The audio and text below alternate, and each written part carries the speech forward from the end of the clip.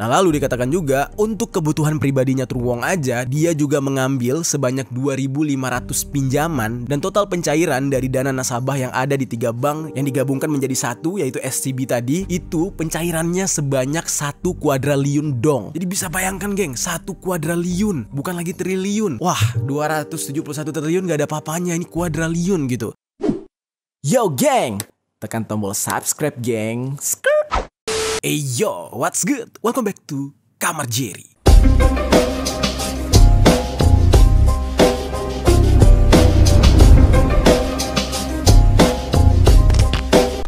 Geng. Oke, masih dalam suasana mudik lebaran. Sekarang gue masih di Aceh dan juga lagi kurang sehat gitu. Tapi gak apa-apa, kita tetap berbagi informasi. Oke, beberapa minggu lalu kita udah sempat ngebahas tentang kasus korupsi sebesar 271 triliun. Yang mana ini melibatkan salah satu suami artis. Dan yang membuat hebohnya adalah suami artis ini memang terkenal sangat tajir, kaya raya. Sampai-sampai anaknya ulang tahun aja dibeliin private jet. Lalu ada momen di mana sang istri mendatangi suaminya ketika suaminya udah ditangkap. Namun di saat itu terlihat potret istrinya itu ya senyum-senyum aja gitu. Seperti tidak ada beban sama sekali. Ya namanya juga orang kaya gitu ya. Kasus korupsi tersebut benar-benar berbanding terbalik gitu dengan kasus korupsi yang akan kita bahas hari ini. Ini sebuah kasus korupsi yang angkanya juga gak main-main. Tetapi hukumannya juga gak main-main. Ya berbeda lah dengan hukuman yang ada di negara kita ya. Seperti yang kita tahu ya biasanya kalau udah korupsi dalam angka yang cukup besar ya endingnya kayak apa kalian semua paham lah. Kalian bisa tinggalkan komentar di bawah endingnya seperti apa. Nah kali ini kasus korupsi yang akan kita bahas berasal dari Vietnam. Jadi terjadi di Vietnam. Ini melibatkan salah satu bilioner asal Vietnam yang bernama Truong My Lan yang sekarang sedang sangat ramai diperbincangkan. Jumlah uang yang dia gelapkan atau yang dia korupsi itu ratusan triliun juga, sama seperti suaminya Sandra Dewi Harvey Muiz tadi. Nah lalu apa yang menarik dari kasus ini? Kenapa gue bahas dan kenapa gue banding-bandingkan dengan kasus Harvey Muiz tadi? Nah yang berbeda adalah si bilioner ini berakhir dengan hukuman mati. Jadi gak bisa tuh keluarganya, pasangannya cengengesan, ketawa-ketawa gitu, gak bisa. Udah pasti langsung murung kayak tiap hari, ya kan? Tidur gak enak, makan gak enak, karena dia sudah dijadwalkan untuk ya dihilangkan nyawanya. Nah bagaimana cerita selengkapnya tentang kasus yang satu ini? Langsung saja kita bahas di Permisi, peristiwa misteri dari berbagai sisi.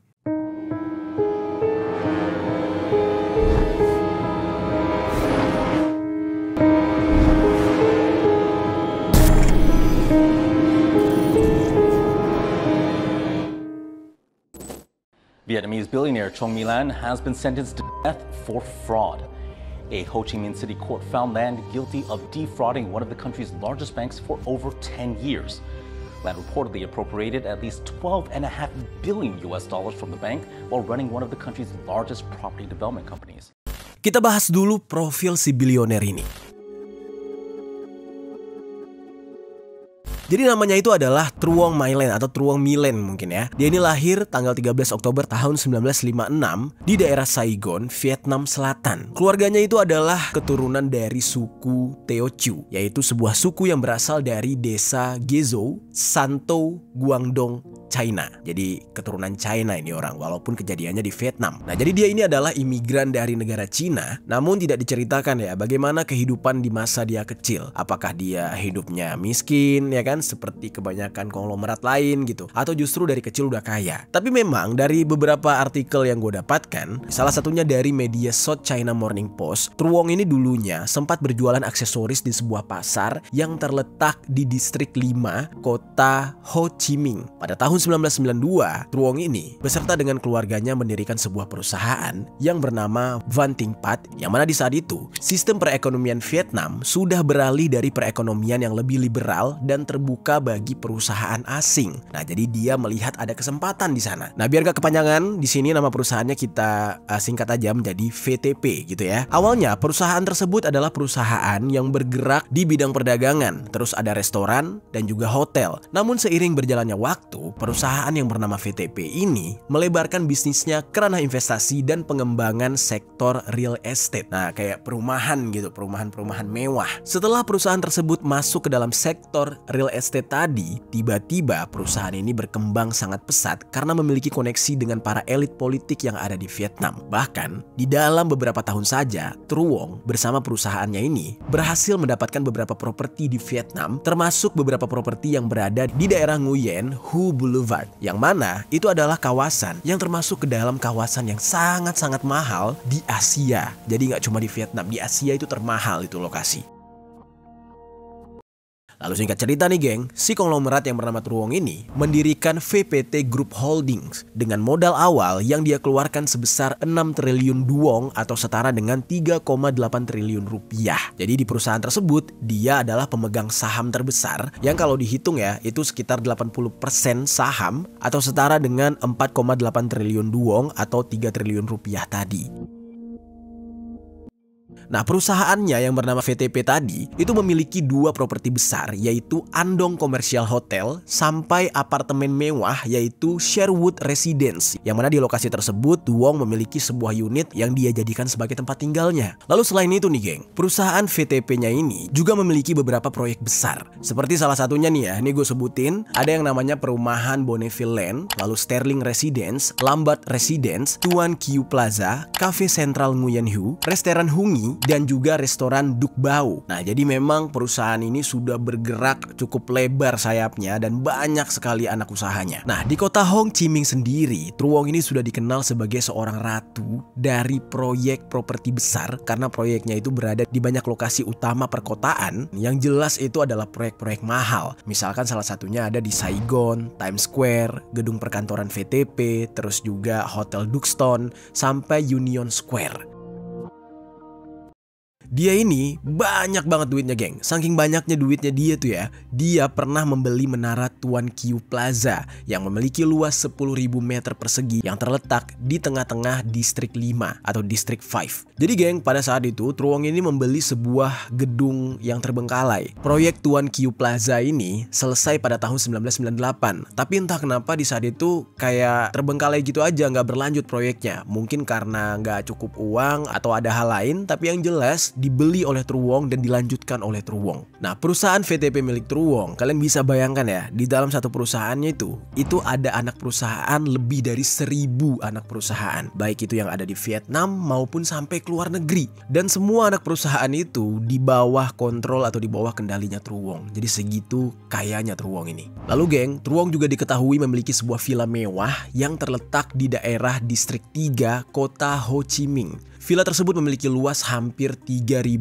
meter persegi, sementara bagian utama dari villa itu memiliki luas 990 meter persegi, di mana ada 2 kamar di dalamnya. Gila, seluas itu kamarnya nggak terlalu banyak gitu ya, saking mewahnya gitu. Villa ini sendiri memiliki 3 pintu masuk yang terdiri dari 2 pintu utama yang berada di Jalan Pho Van Tan dan 1 pintu lainnya di Jalan Huyen Tan Quan. Nah, di bagian luar villa itu dibatasi oleh pagar pembatas atau tembok pembatas. Nah, tapi ironinya nih ya, di sekitar villa itu terlihat kumuh karena memang ya villanya mewah, tetapi ya letaknya itu di distrik yang mana sekelilingnya otomatis banyak masyarakat miskin. Ya looksnya mungkin hampir kayak di Indonesia kali ya, trotoarnya dijadiin tempat berjualan, terus banyak pedagang dan juga parkir-parkir liar. Nah, pada awalnya villa ini bukan punya Truong, tapi dimiliki oleh 2 orang laki-laki yang bernama Dang Kim Chi dan juga Nguyen Kim Sadang. Di saat itu, kebetulan harga properti atau harga bangunan yang ada di Vietnam itu sedang melambung tinggi, sedang mahal-mahalnya.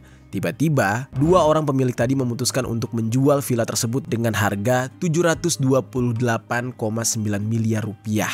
Gila, hampir 1 triliun harganya. Dan di saat itu ya Truong gak mikir-mikir, dia punya banyak uang, langsung dia beli. Lalu pada tahun 2015 Truong ini melalui perusahaan saham gabungan yaitu Minerva membeli villa ini dengan harga 35 juta dolar Amerika atau setara dengan 542,8 miliar rupiah. Nah, setelah dia beli villa itu, dia langsung merenovasi villa itu besar-besaran dan gila banget, mewah parah setelah direnovasi oleh Truong. Lalu pasti timbul pertanyaan nih, ini wanita sekaya ini kira-kira punya suami gak ya gitu? Bagaimana kisah percintaannya? Ada nggak laki-laki yang berani deketin dia? Ya jawabannya ada, geng. Dia punya suami, namanya itu adalah Chu Nap-ki. Nah, Chu Nap-ki ini merupakan seorang pengusaha yang memiliki banyak sekali usaha real estate di Vietnam dan juga luar negeri. Jadi sama-sama pengusaha seperti sang istri. Dari pernikahannya dengan Chu ini, mereka memiliki 2 orang anak perempuan yang bernama Chu Duyet Hang yang lahir pada tahun 1994 dan Zhou Duyet Pan yang lahir pada tahun 1995. Nah, kedua anaknya ini juga pebisnis mengikuti jejak ayah dan ibunya. Kalian bayangin ya, ini bener-bener real anak orang kaya. Kalau misalkan Harvey Muiz itu menghadiahkan private jet untuk anaknya yang masih balita, nah ini keluarga juga nggak kalah gilanya. Jadi salah satu anaknya Truong yang bernama Chu Duyet itu di usia yang masih 22 tahun sudah ambil alih atau mengakuisisi sebuah perusahaan yang bernama ZH Hospitality Group, dan dia di sana menjabat sebagai presiden di perusahaan itu. Nah, ZH Hospitality Group ini bergerak di bidang apa? Mereka bergerak di bidang makanan, atau mereka ini bisa dikatakan pemasok makanan bagi orang-orang kaya yang ada di Vietnam. Dan gak cuma itu, mereka juga memasok makanan bagi orang-orang kaya lain dari negara Korea, Italia, Thailand, dan masih banyak lagi. Suksesnya anaknya Truong ini membuat dia masuk ke dalam daftar Prestige 40 Under 40 di daftar anak muda sukses, kreatif, dan berpengaruh di Hong Kong tahun 2022. Nah, selain itu, anak Truong berserta dengan anaknya yang satu lagi yaitu Zhou Duyet juga memiliki sebanyak 70% saham di perusahaan gabungan milik VTP yang didirikan pada akhir bulan Oktober tahun 2022 dengan nama Tuan Triu Sponsoring Joint Stock Company. Wah, gila. Ini kayaknya kalau dibandingin sama Cipung sama Rafathar nggak ada apa-apanya Rafathar sama Cipung nih. Ini tajir melintir nih. Nah, di sini kita udah tahu ya background dari Truong dan keluarganya serta anak-anaknya yang kaya raya. Sekarang kita masuk ke dalam pembahasan kasus Truong yang membuat dia harus menghadapi hukuman mati.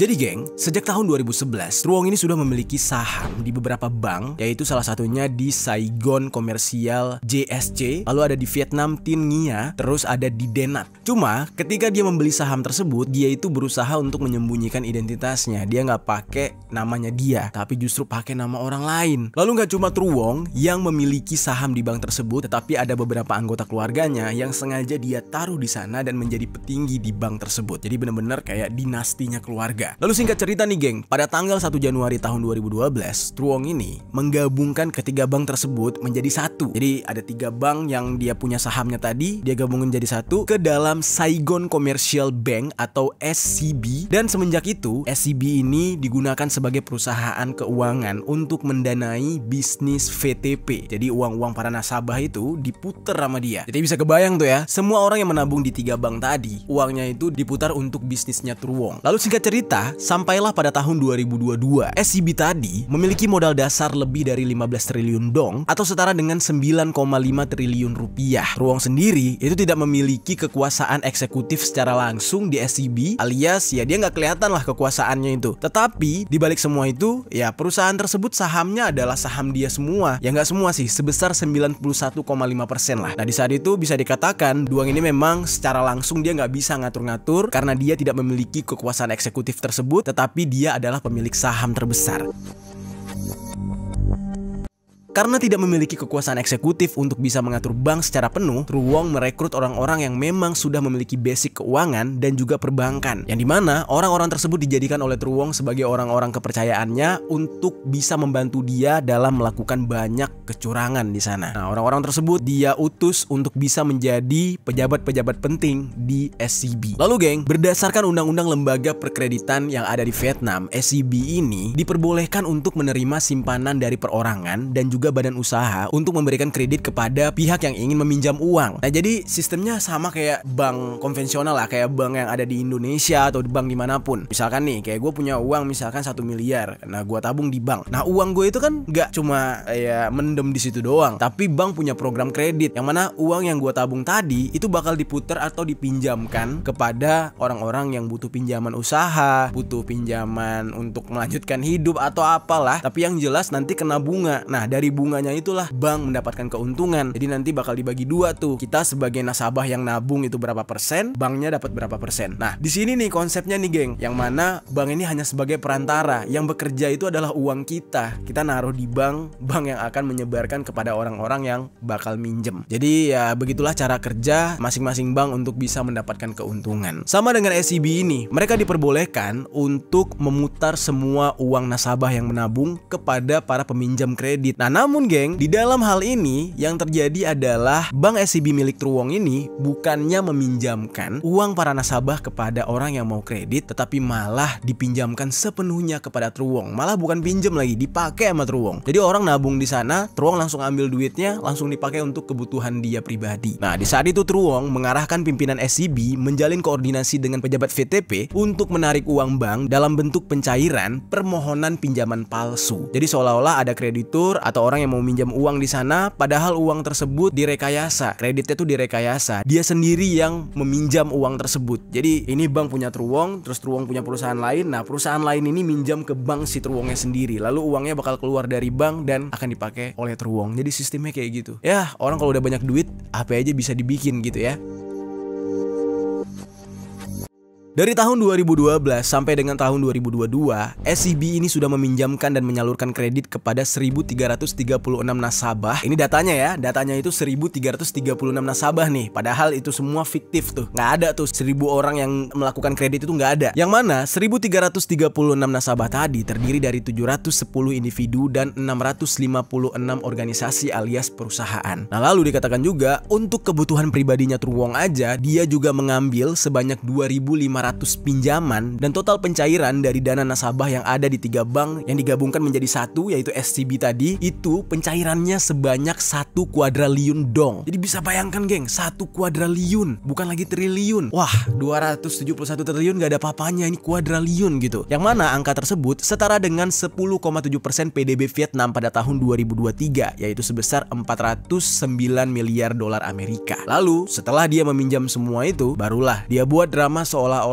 terjadi kredit macet, ya kan? Nah, kalau terjadi kredit macet gini kan, ya nanti dari datanya bakal terlihat, oh ternyata yang bikin macet itu adalah pelaku kredit yang banyak banget nih. Ada 1.300 orang, 2.500 orang yang tidak menyetor kredit tersebut, gitu kan? Nggak membayar, nggak menyicil. Padahal dari ribuan pengkredit itu, pelakunya cuma satu, yaitu si Truwong sendiri. Nah, di saat itu, pada tahun 2022, ada sebanyak 875 pelanggan Truwong yang memiliki hutang lebih dari 677 triliun dong di SCB. Dan semuanya itu terdaftar sebagai kredit macet.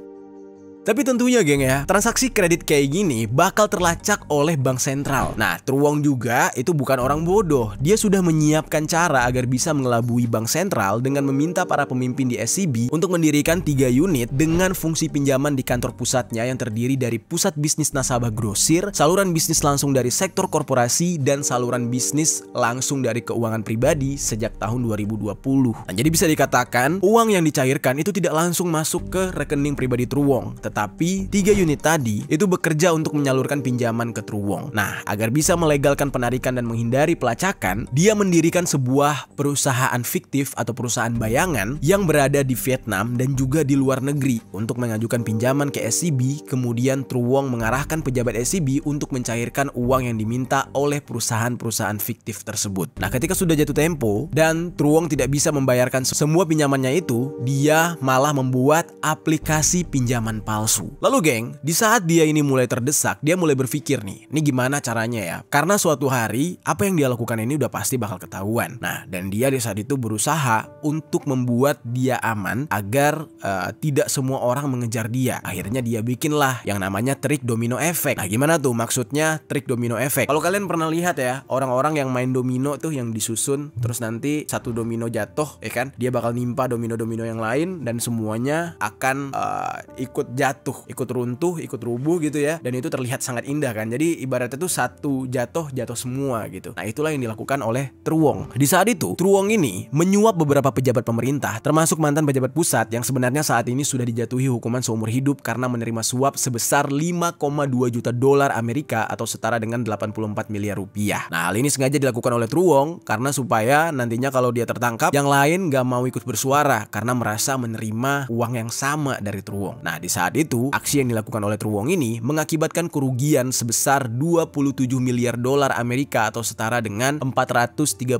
triliun rupiah. Nah, itu baru kerugian atas suap tuh, geng, belum kerugian yang lain, ya kan? Kerugian suapnya aja 437 triliun, ya kan? Belum ditambah yang lain. Nggak ada apa-apanya lah sama yang kemarin di Indonesia ya, 271 triliun, tapi banyak juga sih. Lalu bagaimana aksinya Truwong ini mulai terungkap? Nah, sekarang kita masuk ke dalam pembahasan tertangkapnya Truwong. Jadi geng, terungkapnya aksi Truwong ini berawal dari bank yang dia bentuk tadi, yang dia gabung dari 3 menjadi 1, yaitu SCB, itu tiba-tiba bangkrut pada tahun 2022. Nah, semua orang kaget, loh kok bisa banknya bangkrut, padahal ini gabungan 3 bank dan nasabahnya banyak gitu. Lalu pemerintah Vietnam tidak tinggal diam, dikarenakan SCB bangkrut, banyak uang nasabah ada di sana, pemerintah Vietnam akhirnya turun tangan untuk menyelidiki kebangkrutan dari SCB ini. Nah, dari penyelidikan inilah ditemukan banyaknya transaksi-transaksi aneh dari pinjaman-pinjaman yang diberikan oleh SCB kepada perusahaan-perusahaan yang nggak jelas asal muasalnya. Dicari alamatnya kagak ada gitu. Dicari PT-nya, loh kapan nih daftar PT-nya, perusahaannya bergerak di bidang apa. Dan di saat itulah diketahui kalau perusahaan itu adalah perusahaan fiktif yang dibuat oleh Truwong. Tapi bisa kalian bayangkan ya, banyaknya perusahaan itu sampai ratusan. Gimana cara membuat perusahaan fiktif? Jangankan bikin PT-nya ya, kita buat mikir nama perusahaannya 700 biji aja tuh bingung gitu. Lalu diselidiki lagi, apakah benar uang-uang ini mengarah kepada perusahaan-perusahaan fiktif tersebut? Karena logiknya kan kalau memang perusahaan ini ada namanya terdaftar tapi fiktif, otomatis itu tetap ada yang namanya rekening gitu. Nah, tapi ternyata setiap uang tersebut hanya mampir 1 detik doang ke perusahaan itu dan selebihnya langsung mengalir ke kantong pribadinya Truwong. Dan di saat itu pemerintah Vietnam mulai mengincar Truwong.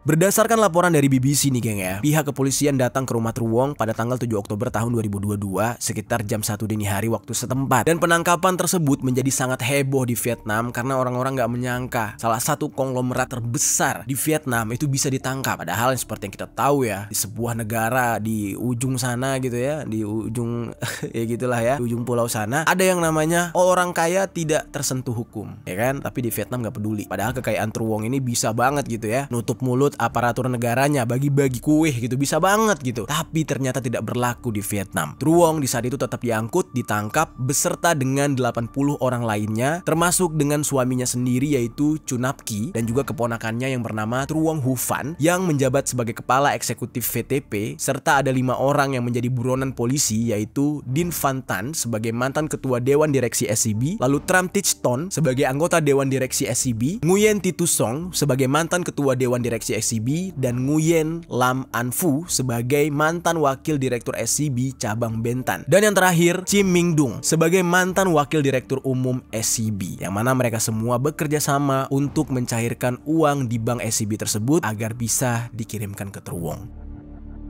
Penahanan mereka ini ditangani oleh lembaga yang berbeda-beda, seperti penahanan yang dilakukan oleh Kementerian Keamanan Publik, lalu ada Kementerian Pertahanan Nasional dan Kementerian Nasional. Jadi beda-beda tempat mereka ditahan. Nah, lalu pengadilan menjadwalkan sidang atas kasus Truwong ini dari tanggal 5 Maret 2024 sampai dengan 29 April tahun 2024. Dan Truwong di saat itu bersama 85 orang lainnya dituntut karena menggelapkan harta, melanggar peraturan operasional perbankan, memberikan suap, menerima suap, memanfaatkan jabatan dan kekuasaan saat melakukan kejahatan, dan tidak bertanggung jawab sehingga membuat akibat yang serius, dan memanfaatkan kepercayaan publik. Lalu secara khusus nih, Truwong ini dituntut dengan 3 kejahatan, yaitu yang pertama penggelapan properti, pelanggaran peraturan kegiatan perbankan, dan penyuapan. Lalu Truwong mengaku apa yang terjadi kepada dia ini dan semua tuduhan ini itu tidak benar. Dia menapik, dia bilang dia nggak korupsi, dia nggak ngambil uang itu, dan semua ini gara-gara kesalahan para bawahannya katanya.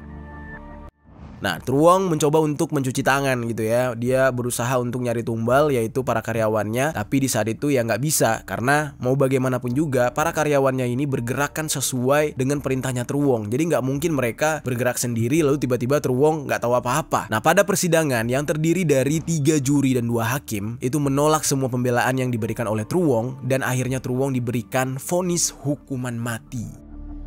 Trong vụ án này có 5 bị cáo bị truy tố, xét xử vắng mặt, đang bị truy nã gồm Wah gila nggak tuh, korupsi mati tuh, keren tuh. Nah apa alasan Truong harus dihukum mati? Kenapa berbeda dengan hukum yang ada di negara ini gitu ya, negara kita gitu? Nah karena menurut para hakim, apa yang dilakukan oleh Truong ini sudah menurunkan kepercayaan masyarakat terhadap kepemimpinan partai komunis dan negara. Wah gila, kalau komunis yang mimpin gak main-main gitu ya. Ya sama aja kayak di Cina juga gitu. Lo korupsi, die, udah. Di Rusia gue nggak tahu deh. Kalau misalkan Korea Utara kan komunis juga tuh. Tapi kayaknya Rusia udah nggak komunis ya. Soviet dulu komunis.